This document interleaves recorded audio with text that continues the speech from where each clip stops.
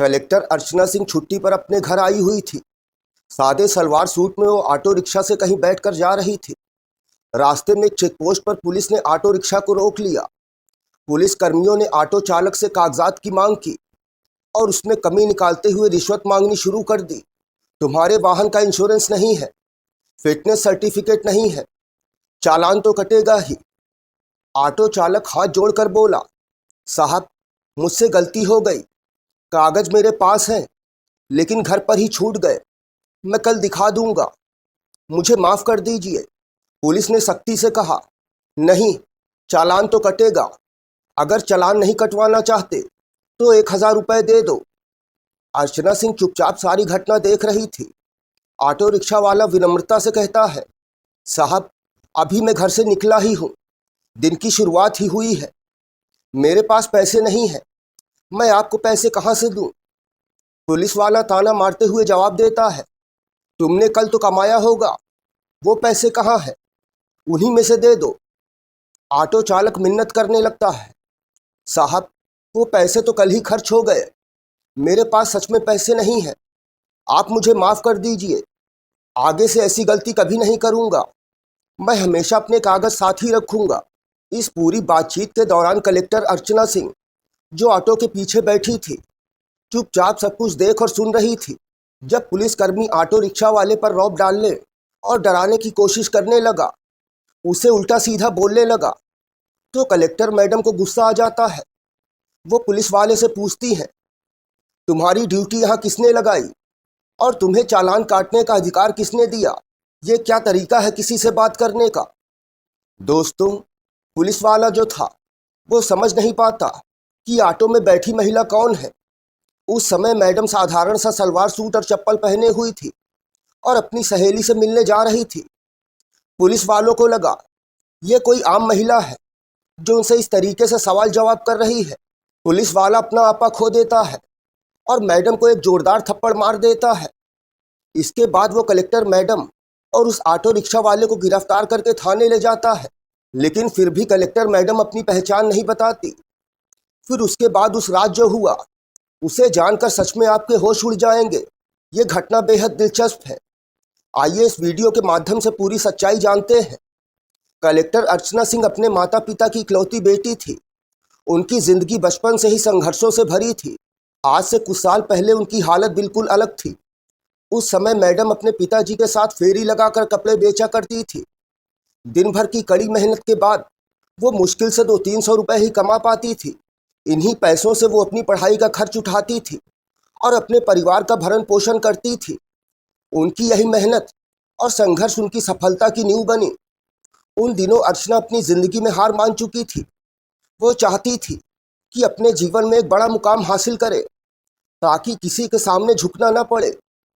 अक्सर लोग उनका मजाक उड़ाते थे और अपमानजनक बातें करते थे, पर वो चुपचाप सब कुछ सुन लेती थी। इसी अपमान और उपहास ने उन्हें अपनी ज़िंदगी बदलने की प्रेरणा दी। कलेक्टर मैडम यानी अर्चना सिंह ने अपने गांव और परिवार को छोड़ दिया और दिल्ली चली गई। वहां जाकर उन्होंने यूपीएससी की तैयारी शुरू की। उन्होंने अगले 3-4 साल तक दिन रात मेहनत की और पूरी लगन से पढ़ाई की। आखिरकार उनकी मेहनत रंग लाई और वो कलेक्टर बन गई। जब उनके माता पिता को ये पता चला कि उनकी बेटी अब डीएम बन गई है, तो उनकी खुशी का ठिकाना नहीं था। अर्चना सिंह इस खुशी को अपने माता पिता से बांटना चाहती थी, क्योंकि उनके माता पिता ने उनके लिए बहुत मन्नतें मांगी थी। उन्होंने अपनी ज़िंदगी की पूरी बचत अपनी बेटी की पढ़ाई में खर्च कर दी थी और अपना सब कुछ उन पर न्यौछावर कर दिया था। इसलिए अर्चना सिंह ने सोचा कि ट्रेनिंग पर जाने से पहले वो घर जाकर अपने माता पिता को अपनी सफलता की खबर देंगी। अर्चना अपने माता पिता से मिलने दिल्ली से गांव लौटती है। गांव में खुशी का माहौल था। हर किसी के चेहरे पर गर्व साफ नजर आ रहा था। गांव में लोग मिठाई बांट रहे थे और एक दूसरे को बधाइयां दे रहे थे कि उनके गांव की बेटी अब कलेक्टर बन गई है।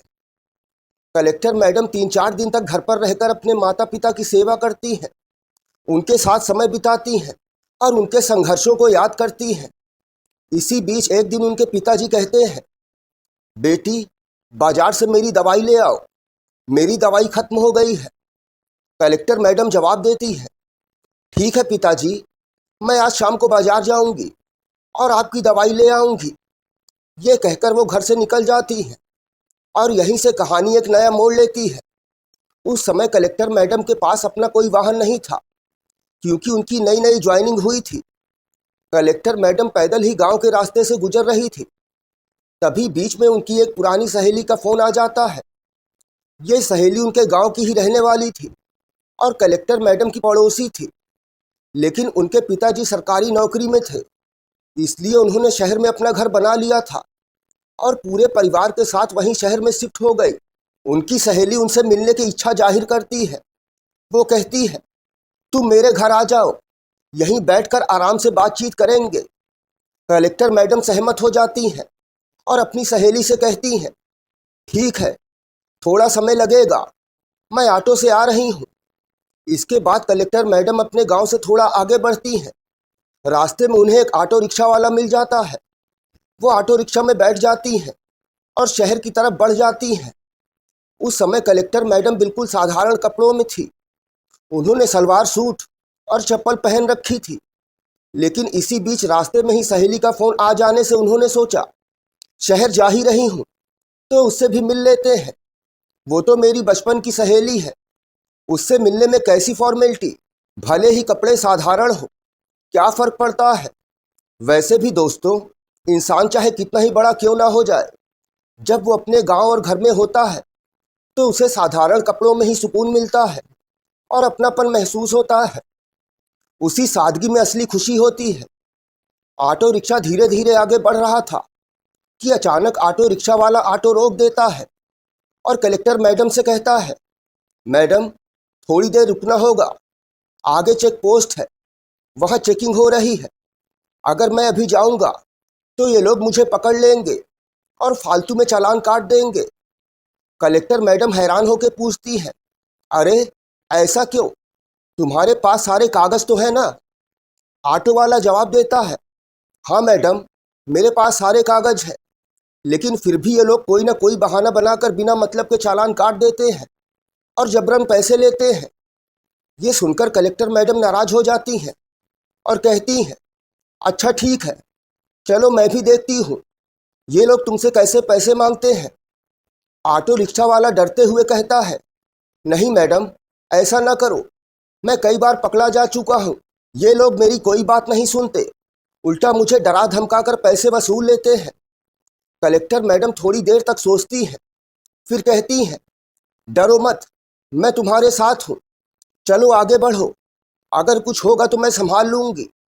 अब ऑटो वाला गुस्से में आ जाता है और कहता है, देखिए मैडम, अगर आपको इतनी ही जल्दी है तो दूसरा ऑटो पकड़ लीजिए और चली जाइए, क्योंकि इन्हें देने के लिए मेरे पास पैसे नहीं हैं। ऑटो वाले की बात सुनकर मैडम सोच में पड़ जाती हैं। वो समझ जाती हैं कि ऑटो वाला अपने अनुभव के आधार पर ये बातें कर रहा है और उसका डर वाजिब है।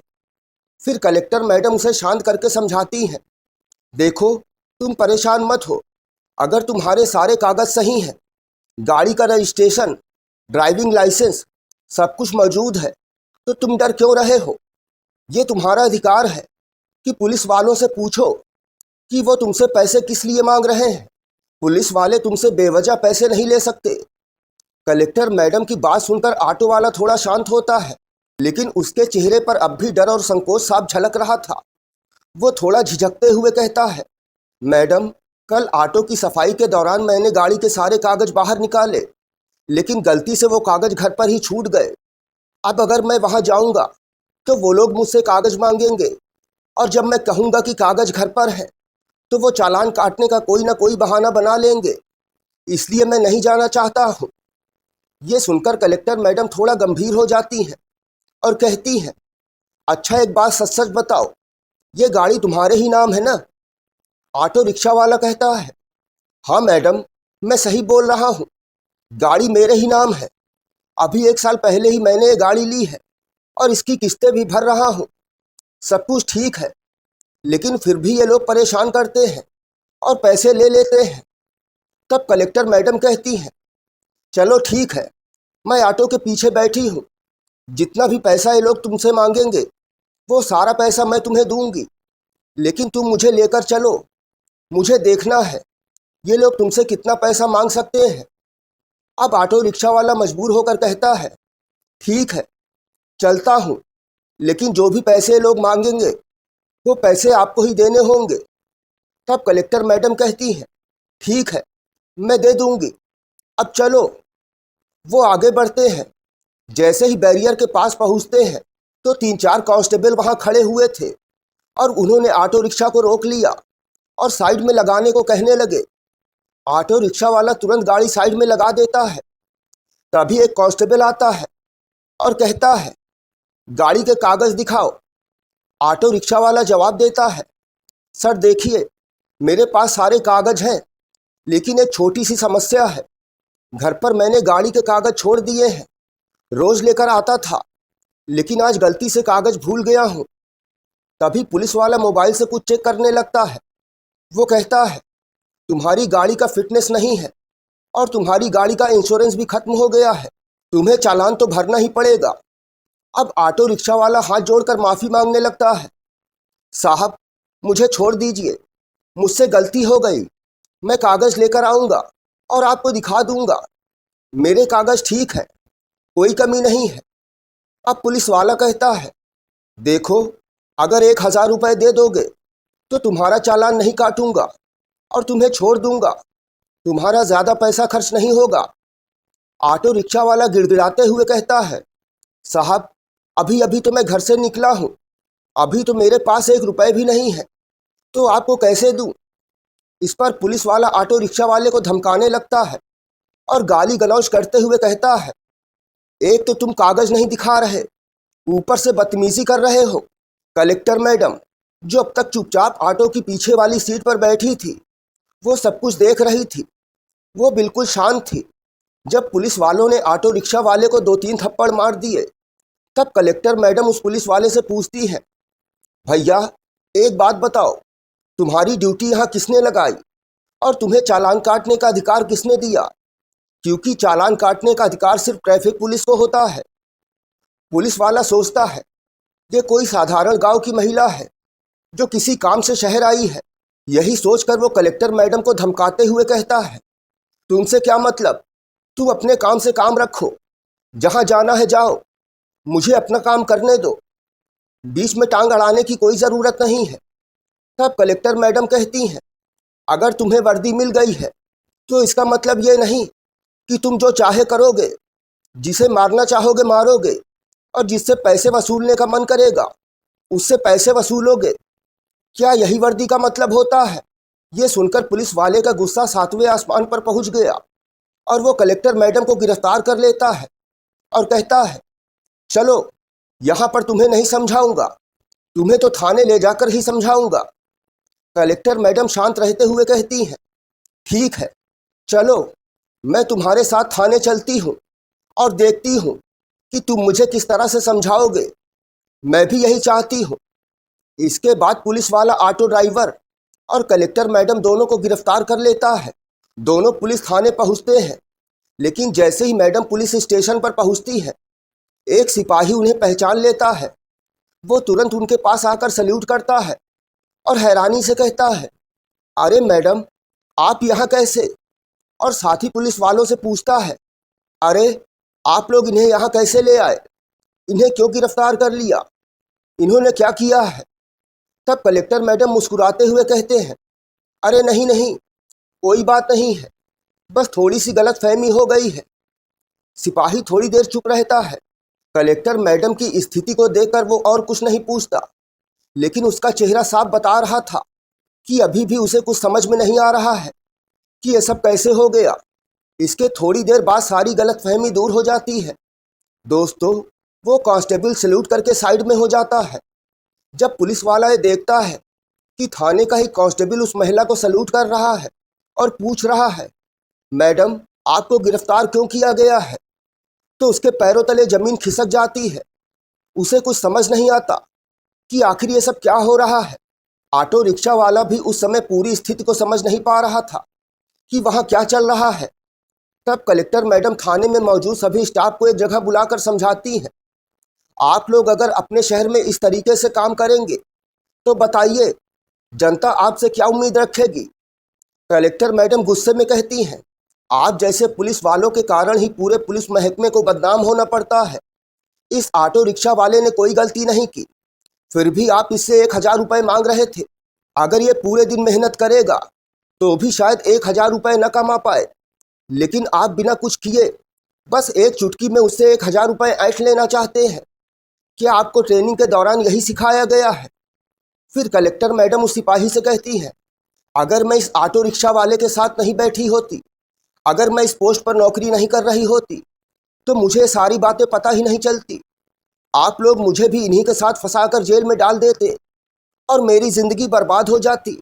पता नहीं आप लोग कितने लोगों के साथ ऐसी हरकतें करते होंगे। इसके बाद वहाँ बहुत ज़्यादा हंगामा खड़ा हो जाता है, बहुत सारी इंक्वायरी बैठ जाती है, कई तरह की कार्रवाई होती है। 1-2 दिन तक सभी स्टाफ परेशान रहते हैं और सबके बीच दहशत का माहौल बन जाता है। धीरे धीरे कार्यवाही आगे बढ़ती है और अंत में निष्कर्ष निकलता है कि जो पुलिस वाला कलेक्टर मैडम के साथ बदतमीजी कर रहा था, उसे सस्पेंड कर दिया जाता है। इस तरह उसे उसके किए की सज़ा मिल जाती है। ऐसे लोगों के साथ ऐसा ही होना चाहिए, तभी वो अपनी गलतियों से सीख पाएंगे और बेहतर इंसान बन सकेंगे। आपको ये कहानी कैसी लगी, कमेंट बॉक्स में ज़रूर लिखें। वीडियो देखने के लिए आपका धन्यवाद।